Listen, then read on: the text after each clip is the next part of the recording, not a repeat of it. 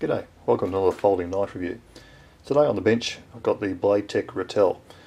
This is a small folding knife by the Blade-Tech company, and the name Ratel is quite interesting in itself. It's a small animal that's basically a honey badger, quite a small yet aggressive little beastie. And oddly enough, looking at the shape of this thing, you can kind of see why they've named it Ratel. It's rather reminiscent of that animal. Suitable uses for this knife, well, I guess small EDC would be the first thing that springs to mind. It's a type of knife that you could take pretty much anywhere without risk of causing any kind of fear or panic when you pulled it out to do your everyday utility tasks. As mentioned, a very small knife. It would also, in my view, be very good at if you were putting together a small survival kit, pocket type survival kit, and you needed a small knife to go into that. This would fit in that category well. Whilst it's small, as we'll see shortly, it's very sturdily and well built, and it would be quite useful in that application. It is a locking blade. A lot of people are going to like that for that added security. It's a lockback, so it's a proven sort of design there. The blade on this one, Osate steel. Yep, sure, that's not one of the fancy new age steels, but well and truly good enough for this application. As you can see there, it's running a sabre grind, full flat grind, or sorry, not full flat, but flat ground and sabre grind. It's a drop point blade, I guess you'd call it. Some might call it a spear point, whatever. It's quite a useful shape, nice little bit of belly on the blade, and a decent sort of a blade for its size. Speaking of the size, the blade is 1 15/16 of an inch. It would have been easy for me to say if they just made it 2 inch, but it's slightly less than 2 inches. In the metric system, the blade is 49 millimeters. And we'll just zoom back and we'll pick the knife up and have a bit of a look at it. One of the good things about this blade, for that sort of heavy use, if you sort of survival tin use, it's quite thick up on the spine here. It's actually 1/8 of an inch thick. So it's quite a sturdy little beast for its size. Length open, as you see it there before you, is 4 7/8 of an inch, or 125 millimeters. When we close the knife up, it comes down to an even 3 inches, or 77 millimeters. The handle material, as I mentioned, this is the grey one. There are other colours, if I didn't mention it. Other colours available are the black, and of course there's an amazingly vivid pink, which I've got one to show you here shortly. But it's FRN. It's got a light texture, and I'll try and get that to focus. As you can see there, I wouldn't call it extremely grippy, but for what you've got here, it's certainly good enough. It has a pocket clip. It's debatable whether you need one on a knife this size, to be honest, but you do get one, and as you can see there, it can fit it left or right, so it's ambidextrous, tip up, carry only.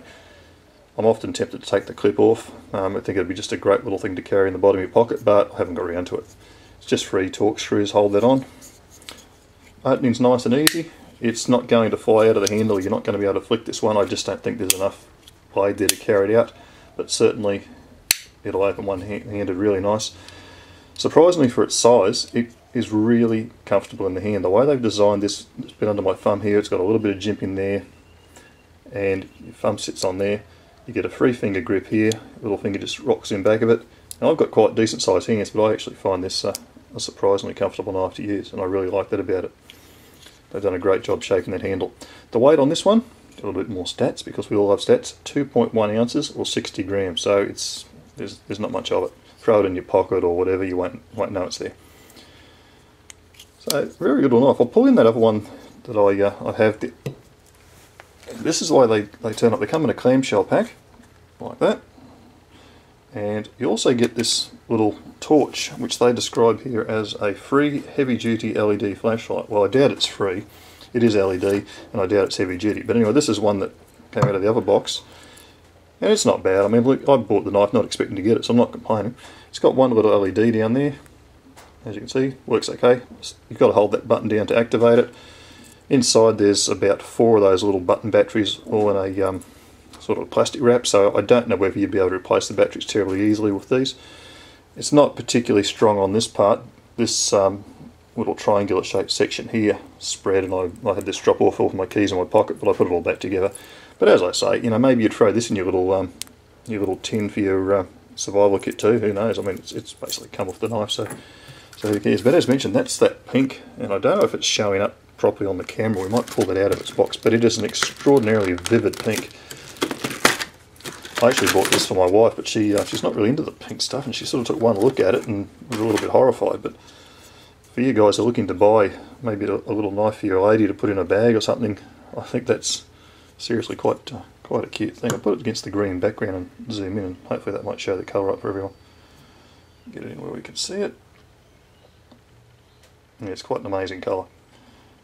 If you drop that in the forest floor you wouldn't lose it, that's for sure. It'd be easy to find. Alright, so back to the knife. Yeah, lock-up strength, well the lock-up's good. There's definitely no movement there whatsoever, and you can hear there it clicks in nice and solid. It's got good retention. Tip of the blade is down under there so it won't catch when you're using it. All in all, an amazing little knife for what it is. I really like the quality on it. This thing cost me, I think it was $30 Australian. I bought this here in Australia. I know they're available in the US, I think it's $20, which actually gives you an idea of how much more we pay for our knives here in this country. But the quality on it for that price and the finish is really good. Now I should mention there's no liners in this one, as you'd expect. It's thin, you've just got the FRN, but you don't need them. It's not a long knife, it's not going to get sort of hardcore use. We're not going to go battening through logs with this, are we? It's going to be for light duty, and obviously as I mentioned you could quite easily and I think quite reasonably put this in a little survival kit. I really like it, I like it a lot. For its price I think it's excellent. It's comfortable for the purpose of use, which is, you know, as we've already discussed, I think you could certainly, you couldn't go too far wrong with one of these. So pop that back down there. What we should do I suppose is do a little bit of a size comparison. The one that probably is the nearest to it in my general sort of EDC rotation, the one I take to work a lot, would be the Victorinox Cadet. And as you can see the Cadet's actually longer open. It's even slightly longer once you would have it shut. Cutting edge, the Cadet is slightly longer. But of course, depending on what you're going to use your knife for, obviously this is going to be a heavier duty blade, being a little bit thicker. If I took the pocket clip off, it's also interesting to note that the thickness on the blade tech is not a whole lot more than the AOX handled Victorinox Cadet there. So that's a little bit interesting. We'll just pop that down there. Other knives we could compare this to that are out there that you guys might have, well, there's the Spyderco Delicate 4 FRN, which actually looks quite gigantic all of a sudden compared to the little Ratel.